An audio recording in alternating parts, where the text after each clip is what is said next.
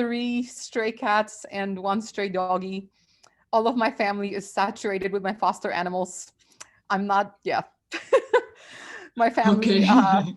freaks out whenever I take on a new foster because they know someone's going to get asked to keep the animal. I've ended up with 3 stray cats and Whoa. 1 stray dog. And now I'm echoing. Yep. Okay, we are live on YouTube. You guys do your thing, and I will be in the background like a ghost. Whatever you do, don't get an anteater or a pangolin. That's all. Why not? They're cute. I want all the creatures, Ram. One day we're going to have a webinar, and I'll be like, here's my fox, here's my donkey, here's my everything. It'll be great. Yeah, as of now, they are supposed to have intercourse with COVID. But anyway. Okay. Okay, that's good. Okay. Okay, thanks a lot, Magda. Yeah, welcome, Olya.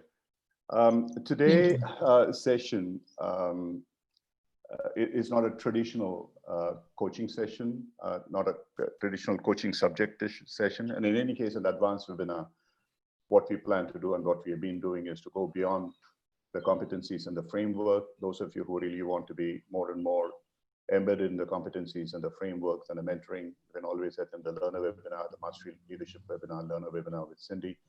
This is supposed to be, or it is, about things which are beyond the regular curriculum. So the last couple of weeks, maybe the last couple of months, maybe 3 months, we've been having on neurosciences. Before that, we had on different subjects. In future, we might have on quantum science, all kinds of stuff, which we believe do relate to coaching in many ways. And it's for us to sort of show the dots and for you to connect them. In fact, in the next session, we are going to talk about the energy centers or chakras and how they can be related to coaching through emotions. In the same way, when I learned about Olya from Priya, with whom she's learning to the coaching training. She had presented a paper, she had made a presentation on Ayurveda and how it connects up with coaching. And not only was I intrigued, I was very impressed when I saw that, and we had a conversation. And she has developed today a presentation which is about the ancient science of healing in the Vedic system, the Ayurveda. Ayurveda actually means the knowledge of life. It's literal meaning. And it's one of the very powerful traditional healing systems, medicinal systems that's known to mankind, along with the traditional Chinese medicine and several other ancient medicines of ancient cultures. And the important part of Ayurveda, as we will see today, is about the way that it looks at the mind, not just the body. It looks at the totality of the mind-body wellness. And especially in today's circumstance, with the COVID all around and lots of other stuff that is happening as a result of the stresses created by the COVID. I think what we need, first of all, just as much as we need the physical protection and the safety, also the mental protection and safety. And so with that theme in mind, Olya will take you through.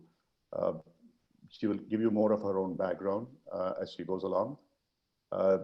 She's a doctor in the Ayurvedic science. She qualified after several years, many years of practice, as you would need to do in any kind of a medical practice, as in the Western medical practice as well. And the discussion that I had with her was very erudite, very much based on science, very much based on the pure knowledge of that science. And I'll leave you to Olya today. You're in for an extremely informative and helpful session. Thank you. Thanks, Olya. All yours. Thank you, Ram. This is a very generous and beautiful introduction. Yeah, I'm really flattered, actually, and very happy to be here. And I'm kind of new to speaking like this about Ayurveda, because my background actually was completely different until a few years ago. I'm not a medical doctor from the Western standpoint, but I have qualifications as an Ayurvedic practitioner and therapist after years of Ayurvedic schooling. So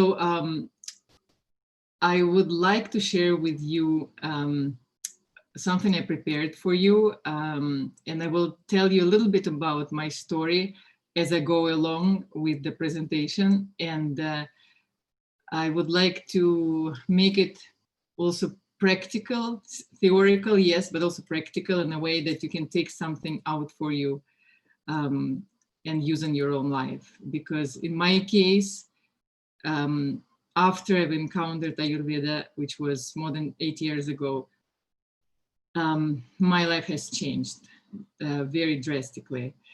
And I'm sure I wouldn't be here now talking about it if I didn't see how big of an impact it had.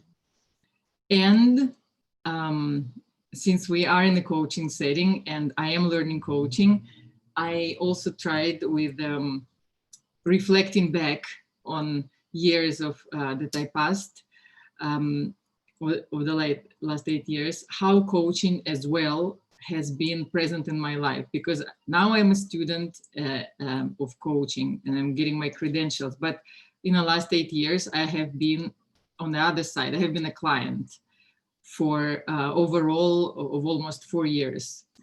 So on and off during this period of time. And again, I was reflecting on how it has changed me, my way of looking at life, and what was its impact. So I would like to share with you kind of an interweaved connection of these two, art of science.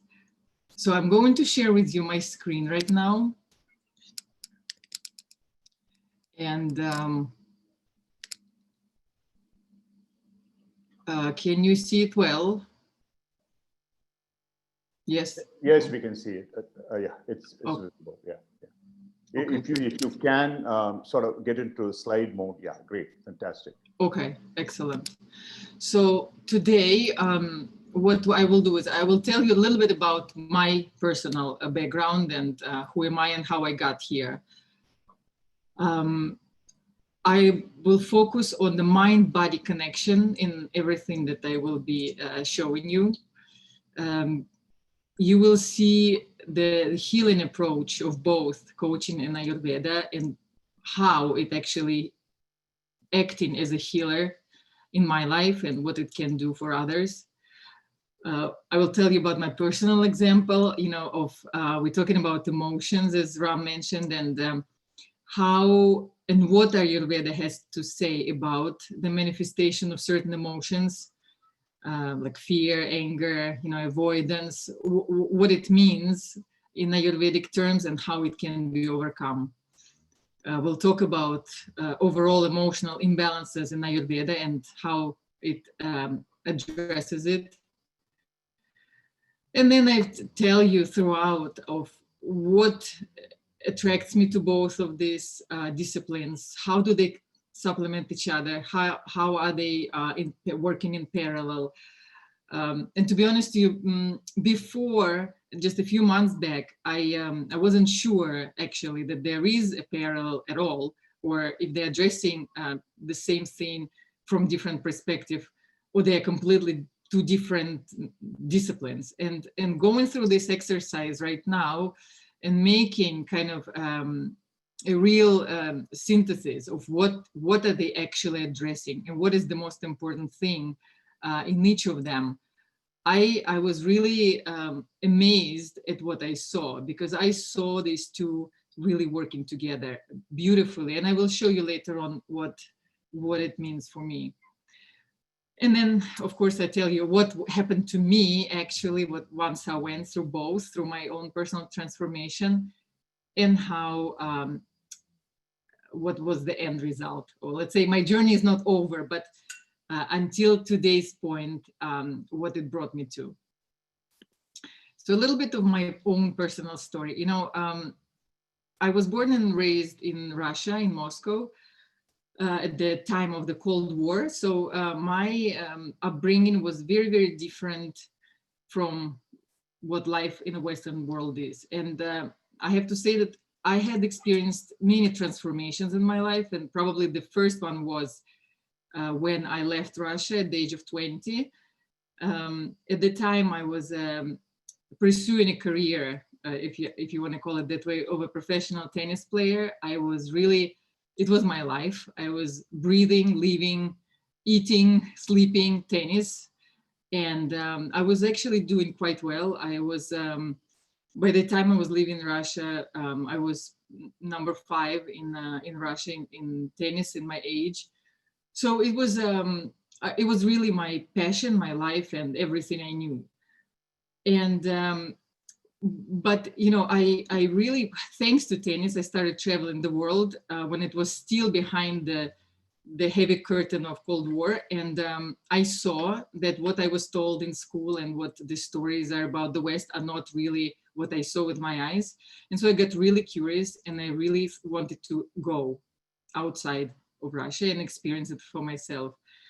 And with the opportunity that came, I got a scholarship in tennis, for my tennis, in United States.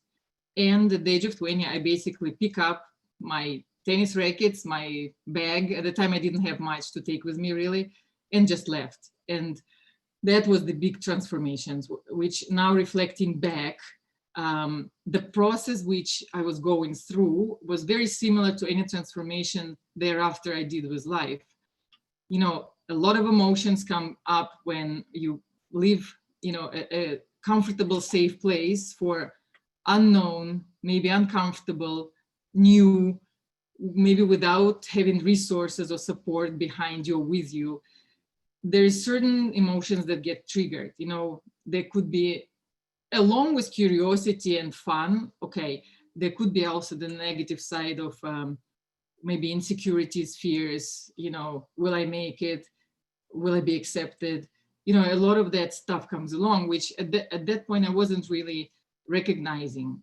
But now, retrospecting back, I see that any transformation that I subsequently went through was pretty much going through the same range of emotions. Today, so just to finish where I said, so I left Russia. I left my dream of becoming a professional tennis player kind of on the side. And I thought, now I want to experience the world. And I was studying in university. I was playing at the same time for American college. And I went into a safe, what I thought was safe route, because like I said, with being in a big change, I was looking for some safety. And so I went to the field of finance. I thought it was exciting. I thought it was very fashionable too at the time. And I thought it would be safe because it will make money. And so I would be happy. Fast forward 20 years, you know, I'm very quickly climbed the corporate career. I got my MBA. I was really going really well, doing really well. And I thought I was pretty happy. But the more I was going in that career growth in the finance, the more I was realizing that something is not right. And there's from the outside, everything was really looking wonderful. I have a great job, great pay, great lifestyle, relationship, anything you want. But deep inside, I was always feeling and more that something was missing. And I couldn't put my finger on it until I was kind of searching and asking these questions to myself and people I could trust.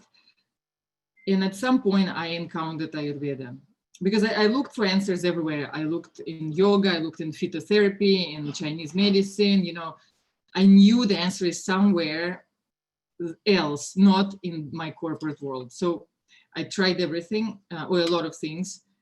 And then I got to Ayurveda, and then I kind of, my eyes just opened.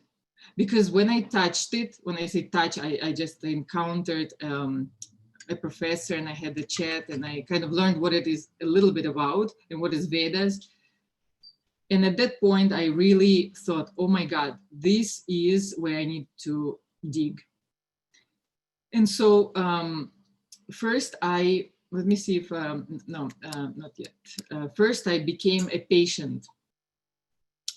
And I worked through with a doctor, Ayurvedic doctor, to what he saw. I didn't know anything then, and I didn't understand what he was doing, but I trusted. And so I started going through some treatments, through some herbal supplements, through some pieces of information he was giving me, to little by little kind of guiding me. Then I jumped into knowledge search, and I started reading all I could and listening to all I could about Ayurveda and what life purpose is all about, and who am I and why I'm here, and all these questions started pouring out of me. And that was going on for a while. And then I started to slowly see some things moving inside of me. But when I saw what was moving, I was getting even more uncomfortable. And so what I realized that as before, I was more or less unhappy, but I was kind of pushing it down and saying, okay, it's okay. I started seeing kind of the light was shining, what the reality of things is and where my life is. And when I was comparing these two, I was seeing basically the void. And that brought me to a big discomfort. And that was really a kind of a crisis point where I remember one day I was in tears, realizing that I'm climbing on the wrong wall. And if I don't change things now, I have basically a choice, or I continue with my life like it is, but I take responsibility for saying no to authenticity, to true, full life, to expressing myself. But I will be, so to speak, safe, because that's what I know. Or I take a leap and I start going in a different direction, which I have no idea which day. And that was a really, really difficult day. But what I did really the day that I have to make a change. There's no way I can go like this. And that's kind of, this will happen 8 years ago. And so I made a declaration to myself at that point that I will change and I will start studying Ayurveda. I will not make any drastic move, but I will start studying. And the more I studied, so I became a student. And at the very same time, I was actually a coaching client. I took a coach to help me. And what I was doing is I was studying Ayurveda. I was realizing the life choices every day I'm making. And with the help of coaching, I was starting to see what is driving my choices. And am I really authentic to what I want to do or not? Or am I still holding on to the old ways of thinking, feeling, and choosing? And that also, lasted for some time. It was at least a couple of years of that kind of back and forth, in which I've encountered all kinds of emotions, fear, anger, insecurity, I don't want to deal with it, anything, you name it. It was like a fight with myself. Then finally, after these few years, I felt like I did a leap. Something clicked in me, and with a lot of fear behind, a lot of anguish, I started making the right choices. And I feel like Ayurveda shown me the way, and coaching was critical in helping me see my own tendencies, and gave me the courage to start making choices that mattered to me, the authentic me. And it was really incredible how the two worked with me. So having said that, I've gone through the Ayurveda school and finished. It took me almost 6 years to go through that. It was a very extensive learning for me. And I felt like it was just the beginning, to be honest to you. The more I go into this science, the more it amazes me how complete it is. So I finished my coaching journey I work with 2 different wonderful coaches. And I have started my coaching as a student because I realized the power of it. And I said, you know what, if this is what is done to me, I would like, if anything else, to learn those tools to do it for myself. And then if I learn it, I can show it also to others. So this is kind of how my path has evolved. So the change in my life seemed to be inevitable, but I think it's in everybody's life. If you start looking back at your life, you, I'm sure, will see how many critical things, critical situations you faced and choices you had to make, which evoked different kind of feelings in you and different kinds of new learning. So I think taking like I did now, just to reflect back on it, was really priceless to me. So now with this, I would like to a little bit tell you about Ayurveda.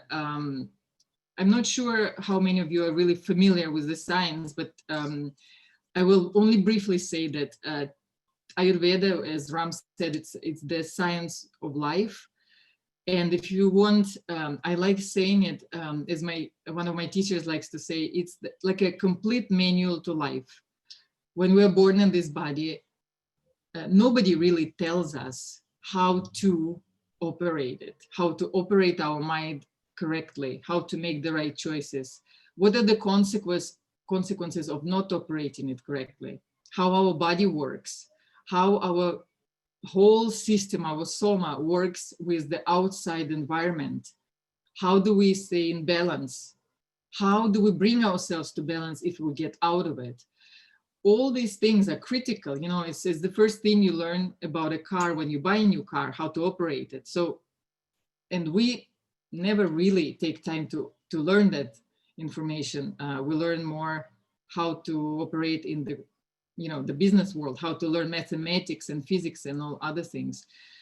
So this is what Ayurveda is about. And it's largely, I would say, preventive medicine, because what it's doing is it's helping you understand who you are, why you're here, what's your mission, or what's your purpose, how do you stay healthy to reach that purpose. And being healthy means physical health, mental health, spiritual health, overall health, okay? So it's looking at let's say, the physiological composition of us, which from Ayurvedic standpoint is comprised of 3 doshas, which is nothing but manifestation of 5 primordial elements, which is, space, air, fire, water, and earth. And different combination of these elements manifest through our body in different ways. The premise here is, according to Ayurveda, everything in our universe is made of these 5 primordial elements. It's just in different proportion. Let's say the river is made 100% from water element, while the stone is almost 100% of the earth element. Well, we are somewhere in between because we have water, our blood, our lymph, saliva, everything liquid. But we also have our bones and muscles, which is more earth element. We also have ability to digest things, which is fire element, and so forth. We have a container, that contains all our organs, which is space. And we move, and everything in our body moves. The nervous system is very dynamic system, that's air. So basically we have these 3 doshas, and each one of us has a predominance of a certain dosha, or 1 or 2, or some of us are 3 doshic, which is more rare, but it exists. I say all this is that when we're in a healthy state and all our dosha are functioning properly, and again, properly doesn't mean we're all equal. Each one of us has like a finger imprint, imprint for all of us is unique. So our composition of Vata, Pitta, and Kapha is unique for each one of us. And health for each one of us will mean balance of our own composition. So what these 3 energies, 3 compositions bring to us in our nature, when we're healthy, and these three doshas are in healthy state for us, Vata you can think of as a manifests itself as its predominance of air. So these people are flexible, they're very imaginative, they are, you know, really, really creative, they're moving, they're thinking, they're quicker than anybody else to learn new things, but they're also quicker to forget them because air moves, you know. And in its optimal state, these people are creators. In fact, a lot of writers, a lot of composers, a lot of you know, artists, Vata is a predominant dosha. However, if it goes out of balance and there's too much of the wind energy, that can create a feeling of fear and insecurity. And the predominant question that you may ask yourself if you have that disbalance is, what's wrong with me, right? You always start thinking something is wrong with me. And that creates, of course, insecurities, fears, low self-esteem, and so forth. And it can be corrected. Just to tell you, I always thought, well, this is me and this is how I am. And I realized, no, I can get that to reverse that. For the Pitta people, these people are natural born leaders. They're very, you know, strong-willed people, and they are very, very powerful and very charismatic. But when it gets out of control, and it's too much fire in their composition, they can be angry and unacceptable, and they're blaming people, they're criticizing, they can get violent, aggressive, and the question they ask is, what's wrong with you? Okay.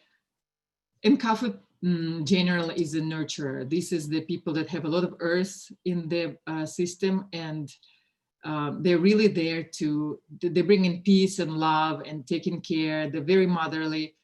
But when it goes out of balance, they start being creating feelings like avoidance, attachment, possession, depression, you know, and finally they just say, I don't want to deal with it, and they withdraw. So once I started learning that this actually is not me necessarily, but this is the imbalance in my system of certain doshas, and this can be corrected with the proper treatment. So that, you know, became much more interesting to me, how I can go forward. So this is the physical, mostly physical three doshas that I just described.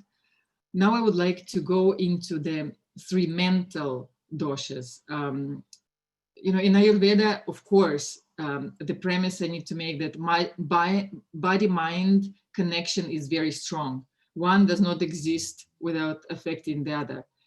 So when I talked about physical doshas, they of course will affect how you mentally feel.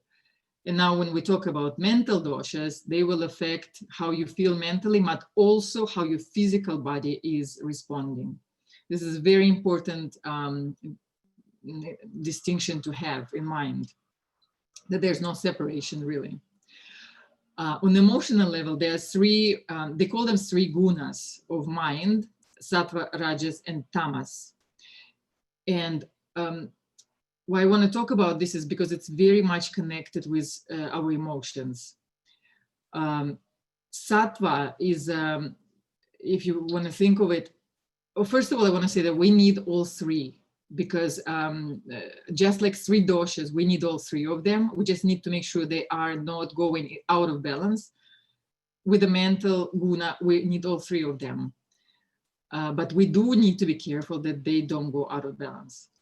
Sattva is really the optimal, let's say, the illuminated mind, illuminated by spirit, because this is the clear vision, it's purity, it's light, it's unconditional love, it's optimism, it's really kind of, when we get illuminated, I think that's what we all have, sattvic mind. And you can compare it to the lake where the water is crystal clear and it's not moving, and you can see stones and everything on the bottom. It's a perfect, you know, kind of picture. No obscurities, nothing prevents you. You see what you need to do, you know what you need to do, nothing is bothering you. This is kind of a mindset of sattvic mind. Rajas is an energy of movement. This is something that actually, it's an action. It creates an action. And it's great because movement is needed when you have a sattvic mind. To make something happen, you have to have Rajas energy. But if it goes out of control, it can cause you such states as having too much ambition, having greed, lust, focusing only on materialism. You have a desire to compete, control, dominate. It becomes, Rajasic mindset is very competitive. And in fact, most of our world right now is living in the Rajasic mindset. You know, we are running, we are working, we are having millions things to take care about. And ultimately, we don't really have a clear vision why. Ultimately, why are we doing all this? So it becomes the ends and the means at the same time. And tamas, you know, if you see the beautiful lotus flower, sattva is the flower, you know, the beautiful white flower. Rajas is the movement of the energy, you know, of the nutrition up to the flower. And tamas is really below the ground. Tamas is the energy of inertia. Again, we need it because without that energy, we would not be able to rest, to sleep, to kind of let go, relax. But if that goes out of control, then we go into states of complete apathy, lethargy. We create bad habits. We have depression, delusion, you know. Ultimately, it leads to self-destruction because your mind is, as you see, it's under the ground. It's really obscured. You do not see anything. If you compare to the lake, again, you know, remember sattva was crystal clear waters, not moving. Rajas is that lake with a breeze, and so there are waves. You can see below, but sometimes you see clear, sometimes not. It depends on how much waves there are, and so it can be also illusionary, you know, because sometimes you see something, you think it's one thing, but it's not. And so you acted, you made the action, but it was a wrong action. So Rajas is, there's that kind of danger of making a wrong action based on wrong information. And with tamas, it's the lake where you see nothing. There is, you know, kind of a really dirty bottom of the lake, and there's nothing to be seen. It's not clear. So there's no proper knowledge, no light. There's not even action of Rajas. It's just there. It's stagnating. So this is visually kind of, if you find yourself in these kind of situations where you cannot see clear with your mind, you can't concentrate, you just depressed, you don't want to do anything, consider that maybe you have gone to the space of tamas, and all you need to do is get out of there. You know, you need first to go to the Rajasic state where you start. And Ayurveda explains very well the whole process of how you do it, so which kind of treatment protocol, which lifestyle, which eating habits, what do you need to do to get out of there? And ultimately, from Rajas, you can go to Sattva. But you cannot go from Tamas straight to Sattva, actually, that's true too, because you need some movement, some energy first. And having said that all, so there's a lot of emotion that, as you can see, directed by the gunas of the mind. And the mind in Ayurveda is considered to be also a bridge to our soul. There's a Manavaha Srotas, it's channel, it's a kind of there are many channels in our body, but the specific one that is connected with the mind is called Manavaha. And that's a channel, it's a subtle channel, of course, it's not a physical channel, but it is the channel in which emotions flow, in which authentic knowledge flows, in which our conscious is fluid. And that channel is very important that it's open, that it's not blocked. And your connection with your higher self, with your vision, with your intuition and everything, and with your soul remains open. but that channel is also very often blocked. And there are two main things that block it. One is emotions, when we are become slaves of our own emotions. And two, the increase of rajas and tamas.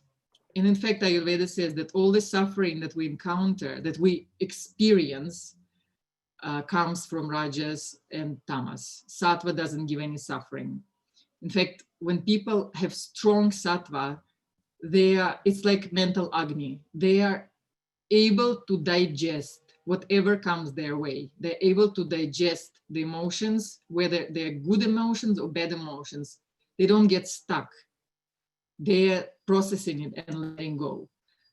These people, even if there are some, physically they may be weak, but they can encounter mortal disease, they don't panic. They don't go into aggression and blaming self or the world.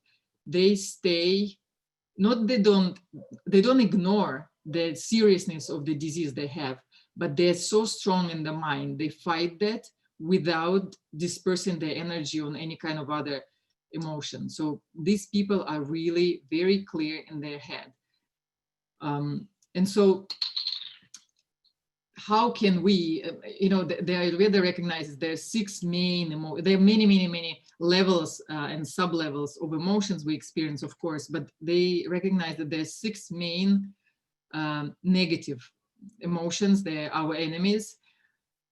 They're lust, anger, greed, attachment, pride, and envy, that we need to control. And I think, like I said, there are many sub-levels of this. Like anger is not just anger. It can be irritation. It can be mere unacceptance of a certain situation or a certain feeling or anything like this. So we need to be very careful, one, to recognize what we're feeling, even if it's very subtle. And we need to be able not to give it fuel. Because if we do give it fuel, we need to remember that what it's doing is it's starting to block our manavaha shrotas, our connection with the soul, our connection with clarity. It's reducing our sattva, which is our vision, our ability to make the right choices, to see crystal clear what needs to be done, why it needs to be done, where we're going, why we're doing it. So that becomes blocked by our experience of these emotions. So those need to be very, very carefully, let's say, I don't want to say arrested, because we're not to block them. Blocking it, of course, will create its own consequences, but we need to observe them. And what Ayurveda is advice in dealing with emotions, or rather sure that we control them, that they don't become too big and rule our lives, is practicing unattachment and cultivating sattva. And unattachment doesn't mean we don't care. Unattachment means we live our dharma, we live what is our purpose, and we don't get attached to the results. We perform the action. Like if I need to clean this window, I will do my best and I will clean it. If 2 minutes later somebody walks by and makes it dirty, it's okay. I am happy, I've done my job. What happened afterwards is not for me to get upset about or angry about or sad about. I move on with my duty has been done. So this kind of a mindset of doing without being attached is helping us to not become slave of our emotions. And cultivating sattva, which having high sattva, which will mean that we're having a control over our own mind. And having control over our own mind means having control over our well-being, because our mind controls our physical state and also our mental state. And if we are on top of this, we are the ones who decide how we feel. We are the ones who decide how our body, what state of health our body ultimately will have. So it's basically taking things in our own hands. And in Ayurveda, I listed. Olya, if you don't mind, if you can just go back to the previous slide. Yeah. There are a few questions, if you could answer them. One of them, they're very interesting questions. How would suppressed sattva show up? Actually, there's three levels of sattva. There's strong sattva, there is medium sattva, and there is low sattva, what Ayurveda recognizes. Strong sattva, I think I explained this very crystal clear way of living. Lower, so medium sattva is when you experience high rajas. And this is a state where sometimes you're clear, sometimes you're not clear. You can fall into the trap of having half truth information, half clarity, but your rajas is so high that you will act anyway. And so you are creating actions that are based on not complete or maybe not true, authentic information. And so you can create, of course, consequences in your life by creating action, having impact, but that's a wrong action and wrong impact. And I'm just going back to my own personal example, my 20 years of corporate career, which I appreciate tremendously, and it taught me a lot. But if I come to think about it, I was so driven by, I must, have financial independence. I must achieve a status in society. I must do this, that I wasn't caring really. Do I really want this? Like, which part of me wants this? And is it the right thing for me to do? Those questions were not even answered. I was just going and going and going until I hit the wall and I said, oh my God, is this really what I want? So to me, in my case, this was the fact. My sattva was not very high, but rajas was very high. And also sometimes you see these people that get very motivated. They would listen to some lecture and they would say, wow, great lecture. I like Ayurveda. Let me go and do some new lifestyle changes. And they would go and do it. And my friend is doing it. And so they would do it for 3, 4, 5 weeks. And then they say, no. The motivation just goes down and kind of goes away because they don't have yet that crystal clear understanding why they're doing it. So at that point, motivation will not fade away. They still, a little bit yes, a little bit not, maybe. So it's like this. And when sattva is really low, the third stage of sattva, this is when tamas becomes very high. And when tamas is high, there's pretty much no light. You're under the ground. It can manifest as you are clueless what to do, or you are confused what to do. You're asking constantly your friends, your family members, your therapist. One friend tells you, go to this class. Oh, great, I go to yoga. Another friend says, no, you have to try phytotherapy. And you run there and you buy all kinds of phytotherapeutic remedies. You take it for 2 days and then it's sitting there on your bathroom cabinet. So you don't trust yourself, your intuition. You don't know what is good for you. You look for everybody else to tell you. You're exhausted, then you say, forget everything, nothing works. It's all useless. Life has no meaning. So it's that kind of stage. You're basically, you are not yet at the level of even moving. You're kind of there trying to figure out what to do. You're confused. Or you're depressed. Yeah, the same way as you are now describing sattva in 3 levels, would they be 3 levels to the tamas as well? That there is a higher level of tamas at which maybe you move out of the tamas into rajas or sattva? I personally, maybe it exists. I personally am not aware of these 3 distinctions. All I know is that to get from tamas, I would assume that lowest level is your, in a very self-destructing behaviors and complete, full depression state. Then low level, maybe you're just lazy and you're just not willing to do anything. So there could be a scale, of this level. But to start getting to sattva, to where we all striving to get, is we must pass through rajas. There needs to be energy flow. There needs to be desire to do things. There needs to be some kind of movement to get you out, from the bottom, from under the earth. Yeah. Now, the question, there's another question that has been asked, which then brings up this point for me. Are there any beneficial effects of the tamas? But anyway, we'll come to that in a minute.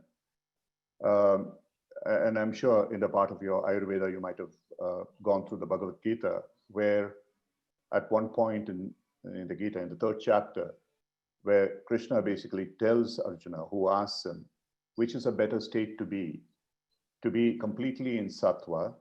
The other way of defining sattva, rajas, and tamas, very, very simply, is sattva is a state of being, rajas is a state of doing, and tamas is probably state of having, in a sense, and being satisfied with what you have and you don't have any impulse to move forward. So the question of Krishna to Arjuna was, what is a better state to be in? From where you tell me that I should be a yogi, that I should be completely in sattva, or should I be, but I'm a man of action. So in fact, Krishna's answer to Arjuna is very clear. And that is where one of the most famous verses of Bhagavad Gita come up, Karmanyavadikarastu, it starts. He says, every human being is designed for action. And the way to move out of the action is not to sit cross-legged, go into a forest. And the words he uses sometimes are not very pleasant, almost like fantasizing. But to do what you need to do, but like you said, without an attachment to the outcome. And that's the definition of the integration of the 3 qualities. So pretty much all of us are in a state of rajas, otherwise we wouldn't be living. The 100% state of sattva is impossible for an ordinary human being unless they are at a level where they are in a state of samadhi of one kind or another, where they do not have to really bother about what is happening in the outside world. So we are, as you said, if you were to define sattva in 3 stages, probably moving between these stages. And that is why Ayurveda recognizes these 3 gunas very, very clearly. And similarly, these are mind states, and they are linked in some way to the physical states of vata, pitta, and kapha as well. Maybe there's an interconnection. Mm-hmm. So one is, I just would like to leave the thought, and maybe you can explain on that, is I think just to assume that the state of being or the state of sattva is the best state for us is, to my mind, is unwise. Because in that state, you really no longer are you in any mode of action, and that mode of action is necessary for you to survive and live. So there has to be a certain amount of action. But at the same time, I'm also wondering, while yes, tamas means darkness, tamas probably refers to laziness and so on and so forth, but are there any beneficial effects of tamas as well? Is it in some way necessary for us as an integrated part of the gunas that is contributing to our wellness? This is a great question, and the short answer is absolutely yes. It's not there to, like a disease to get rid of. It is like 3 physical doshas, vata, pitta, kapha. All 3 are needed. It's just when they go out of balance, then it becomes problematic. Same thing with the mental gunas. All 3 are absolutely needed. Without tamas, we will have no rooting, no sense of being present in physical body here on earth. Our nervous system will never rest. we will never sleep.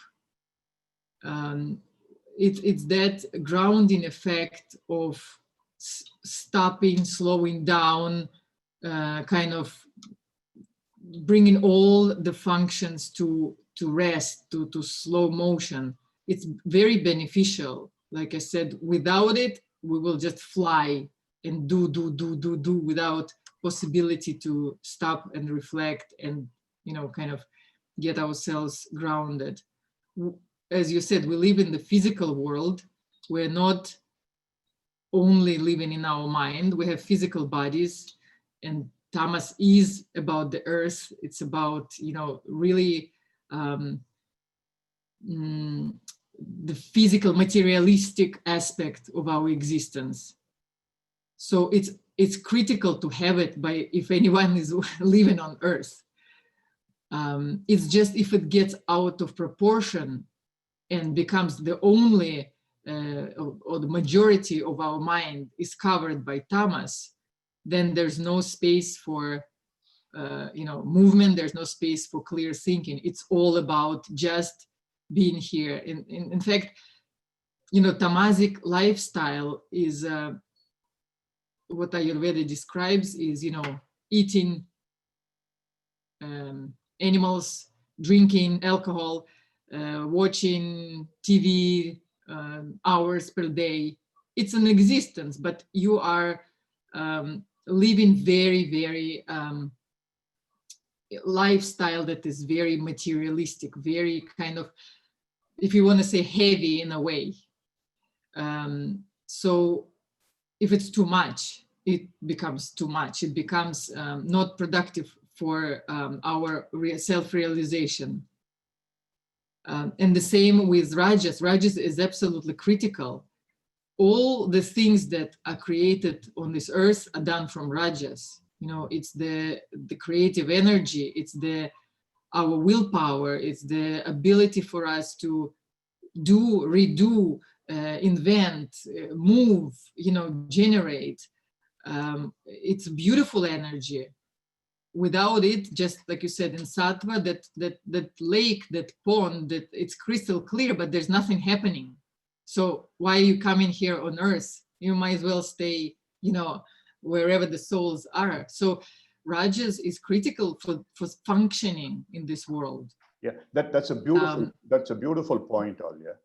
In fact, the essence of the Upanishads and the essence of the Gita is that if you are in pure sattva, which means it's a complete state of neutrality, that is called the state of samatva or bliss, where there is no positive or negative. I mean, there are tremendous amount of references to it.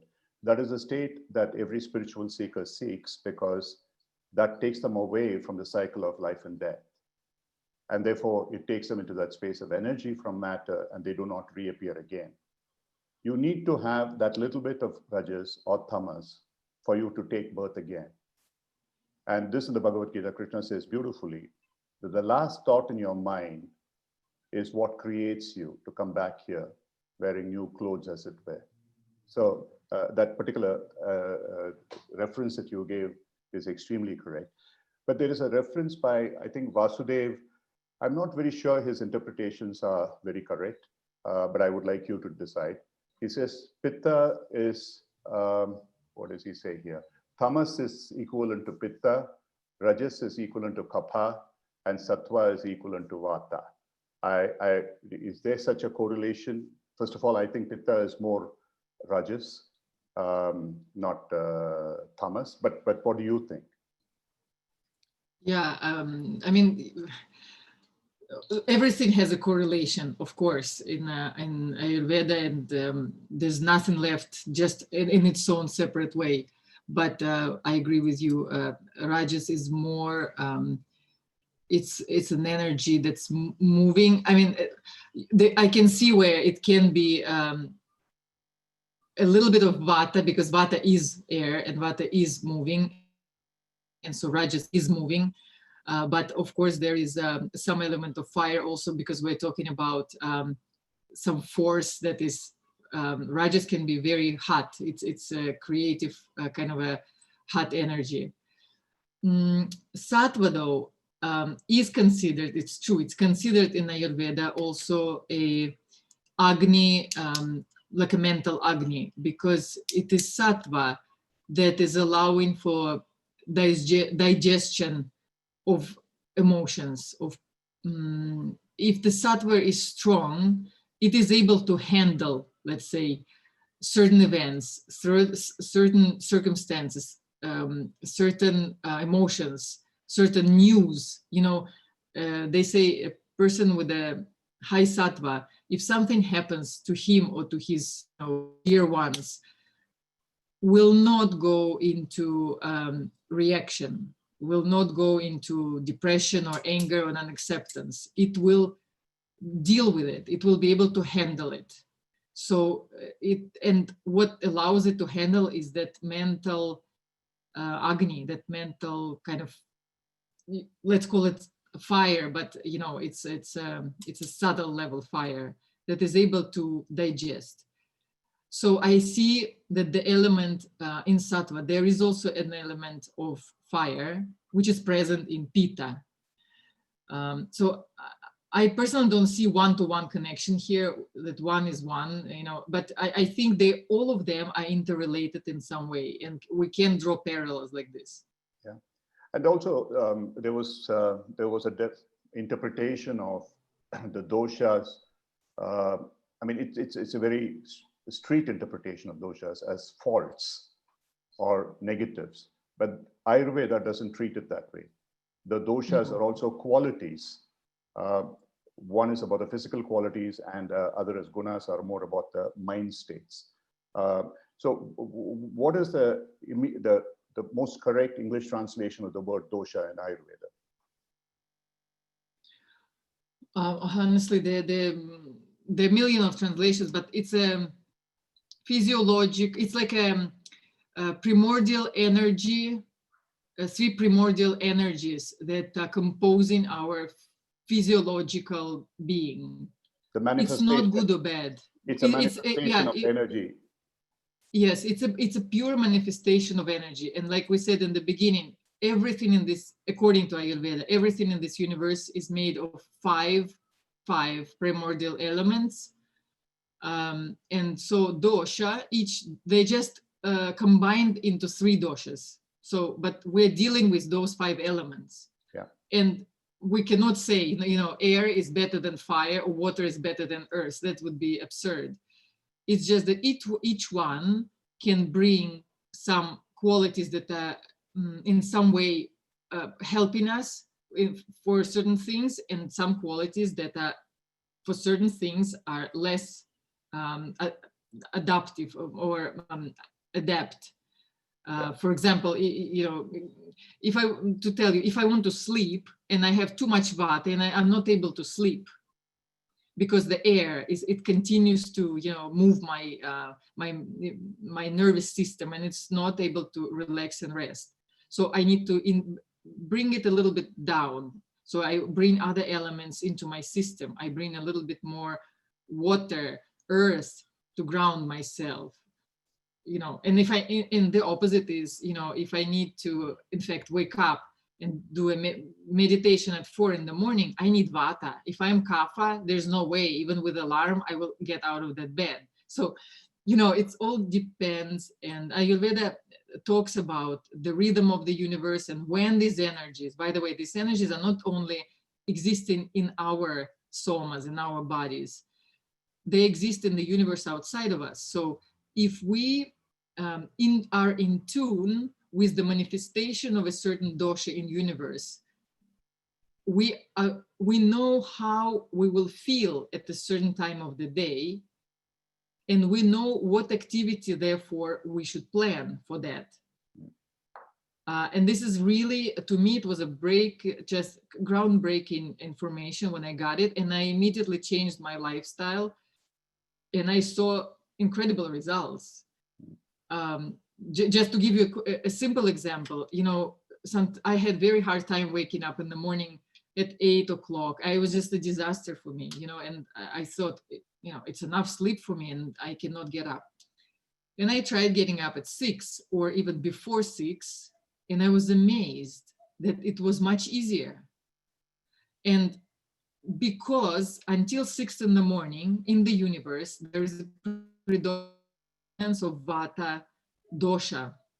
And if you notice, the birds start singing around 5 in the morning. And so, because this is the powerful energy of awakening, the energy of movement, the energy of creative, a very subtle energy. If we wake up during that time of the day, we embody that energy. And not only we take advantage of it, it's like, like a surfer going on a wave. You catch that wave, right? So you got up with that wave, and not only you are helped to get up, you would carry that energy throughout your day. Your day will look completely different. You will embody those qualities of freshness, of movement, of clarity throughout the day. If you sleep past 8, past 6, and the more you sleep, like 7 is worse, but 8 is even worse, you will embody the energy of kapha. An energy of kapha, it's not bad or good, but it's heavy, it's dense, it's more, it's not subtle, it's more heavy feeling.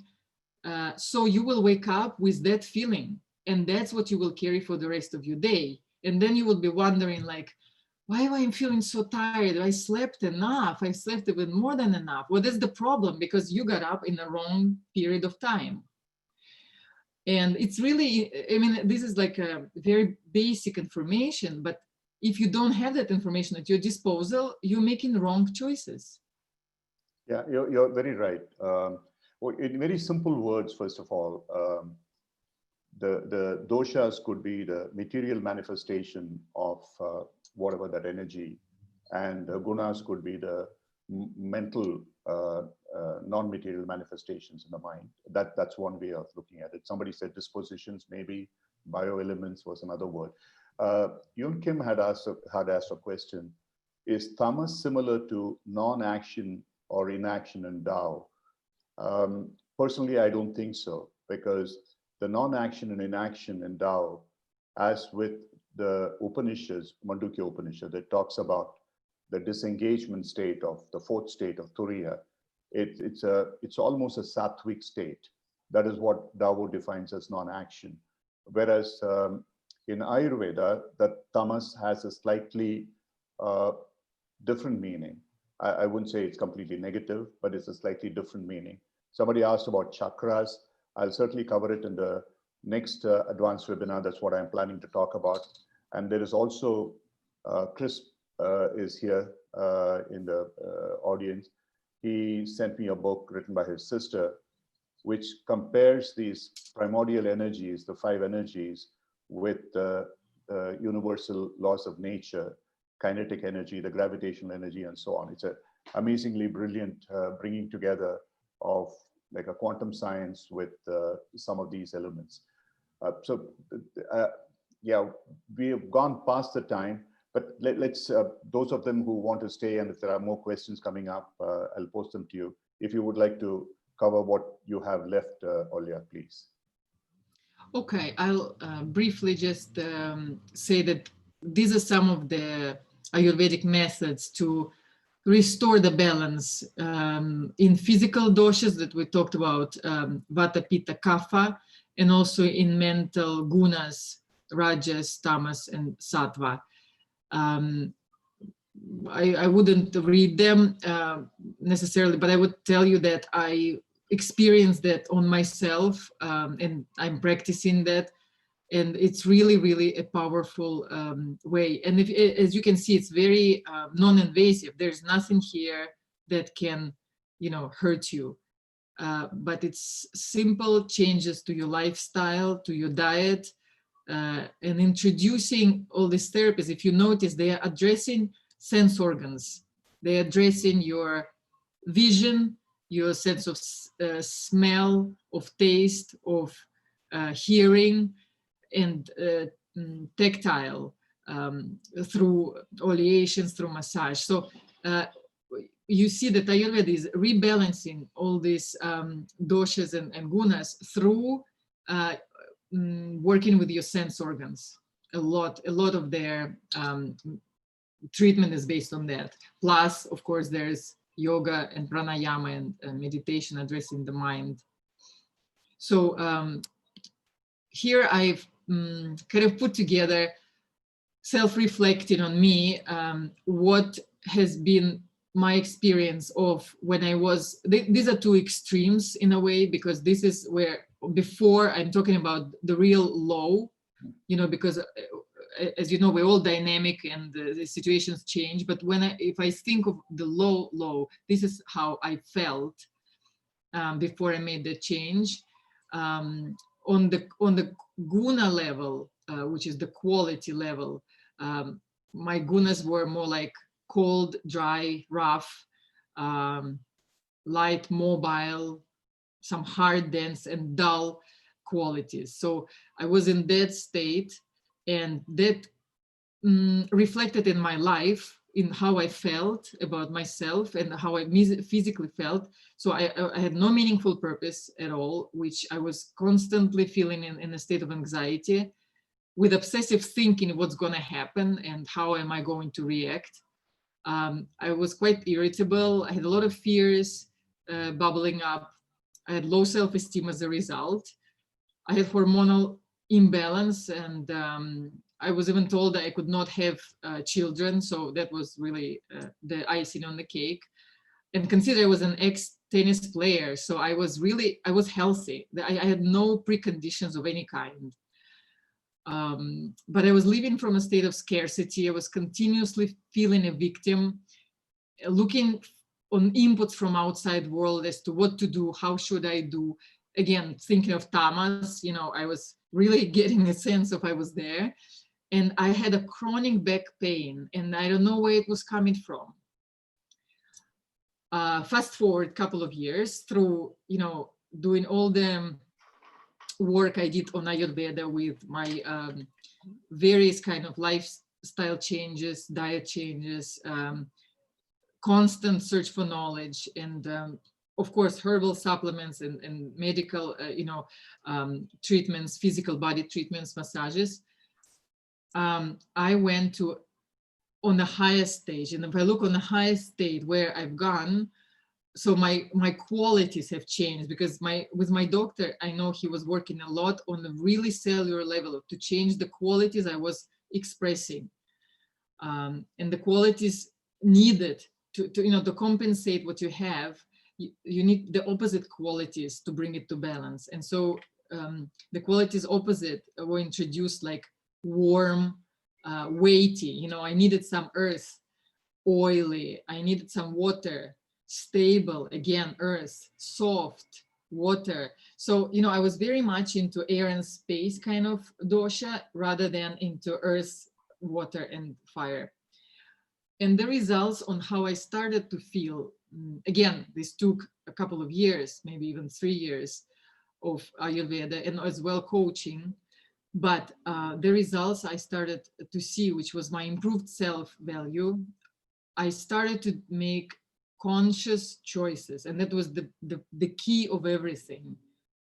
I was much clearer in my mind.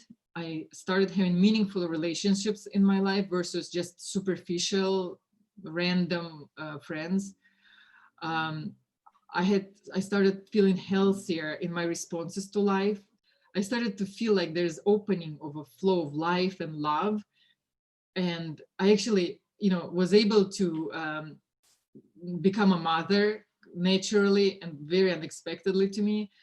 I started living from a state of abundance. I got to my own wisdom. I stopped asking people around all the time what to do. And I started more relying on my own intuition and wisdom, and just sleeping restfully, you know. So I saw, now looking back at what my past brought me to, these were the results. And so it was really night and day for me.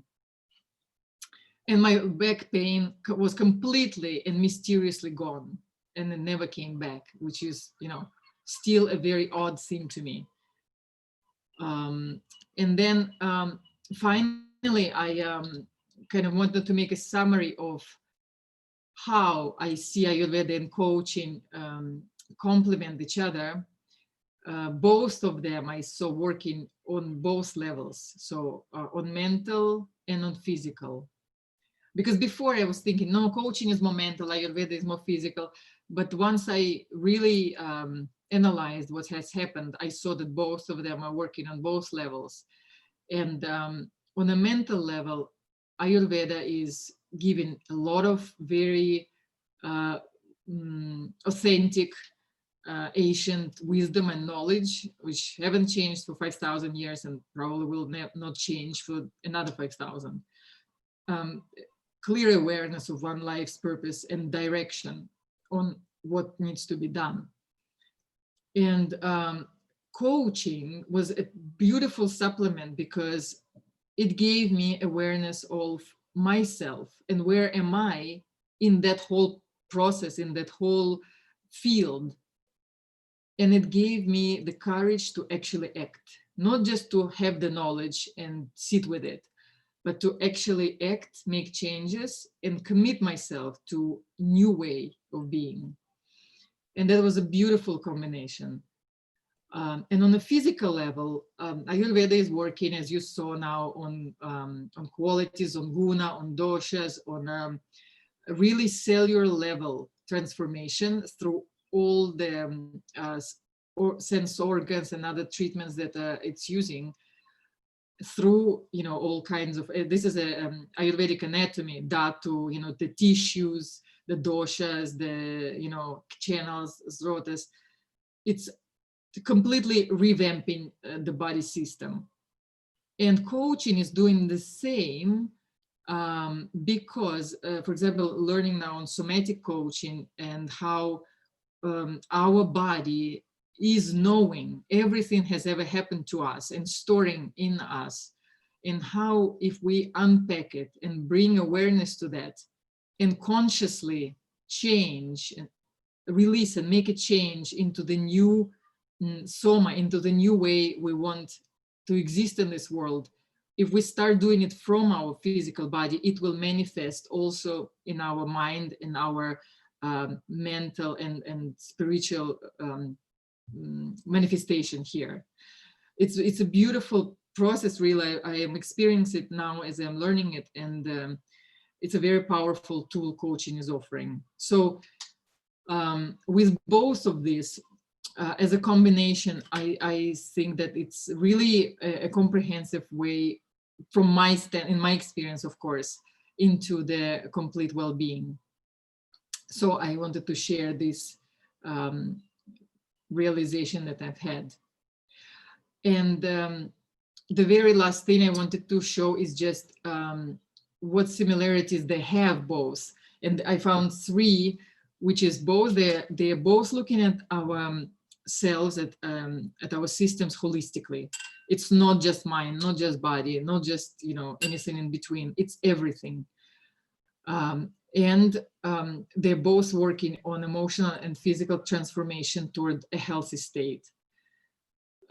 They both are working on awareness creation. So whether you take your path through Ayurveda or coaching, you have to know where you are, where you want to go, and what you need to address to get there. And the road ahead is both of them are allowing you for the conscious choice making, because whether you have the knowledge, wisdom of 5,000-year Ayurveda or your self-awareness, you are able to make conscious choice making. You are no longer in the dark. Courageous action, and this is, a lot of it is, I've talked about coaching, but with Ayurveda, of course, once you know the knowledge, it's easier to make that step forward.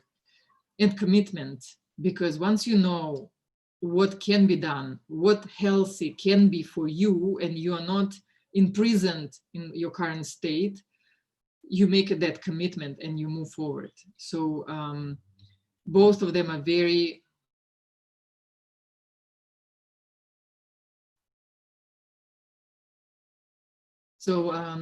with that, I think I finished my presentation, and thank you very much for listening. If there are still questions. No, most of them, yeah, I think they have some questions, but some of that would take quite some time in terms of applications and so on. Some of it you have covered. Thanks a lot, Olya. It was extremely good, and audience has been extremely in praise of you. For those of you, who stayed on this long, what we would do is in the next session, when we are addressing chakras, we would also look at the applications of not just Ayurveda and chakra, but many of the other processes and practices which would have relevance in terms of coaching. I think fundamentally, I would like to leave it just at this point in time. I keep talking about this, and it's not a joke. It's about the mindless awareness. It's a disengaged awareness, the witnessing and observing awareness that you create by going deep into both our mind and body systems. And that's what Ayurveda does, almost at a cellular level, almost at a quantum level. It goes into finding out what those pluses and minuses of our system are and how they can be integrated. Because there isn't anything in this universe and in our bodies which are a reflection of the universe, which are either purely positive or purely negative. They all have a mix of them. And how we choose to integrate them is really what decides what state of life that we lead and how happy we are. So with that, we'll close up today. Thank you for staying with us much later than what we had originally indicated. At least for the next session, we will also announce it. It will take at least about maybe an hour and a half. So those of you who are planning to come for the next session, next advanced webinar next month, we will send you the information that will be for 90 minutes. Thanks, Magda. You can close the session. Thanks, Magda. I didn't do anything. Thank you, everyone. I did post the link to CCEU a couple times, but if you just go to learn.coacharya.com, bookmark that, because that's where you always claim CCEUs. And thank you, Ram. And the password is Wonder Women Wednesdays for a few reasons. First of all, it's Wednesday and women are amazing. Second of all, Olya will be on a future Wednesday going live with me. I think we decide, actually, I forget what we decided. So join us whenever she's there so you can learn more about her. And Wonder Women Wednesdays is launching as a podcast today. Yay! So if you have not watched it because you don't want to sit in front of a screen, you can later today, not yet, but later today, you can go to your Apple Podcasts, your Google Podcasts, and Spotify, and later Stitcher and Pandora, and just search for Wonder Women Wednesdays, or for me, or for Coach Arya, and you should be able to find it. And then from now on, every Wednesday, you will get a story of some awesome woman who's in our community and what she does and how she makes the world a better place. And for the podcast, they are edited episodes. So the videos you would have seen are pretty much, they're super straightforward. So my poor interviewing skills do show sometimes, but on the podcast, someone's actually listening to it all and editing it. So it's even better. So I encourage you to please check out the Wonder Women Wednesdays on our YouTube channel and or our podcast. Brilliant. And good night. Okay, Awesome. bye-bye. Thank you. Thanks, Olya. Thanks, Magda. Bye. Thank you very much, everybody.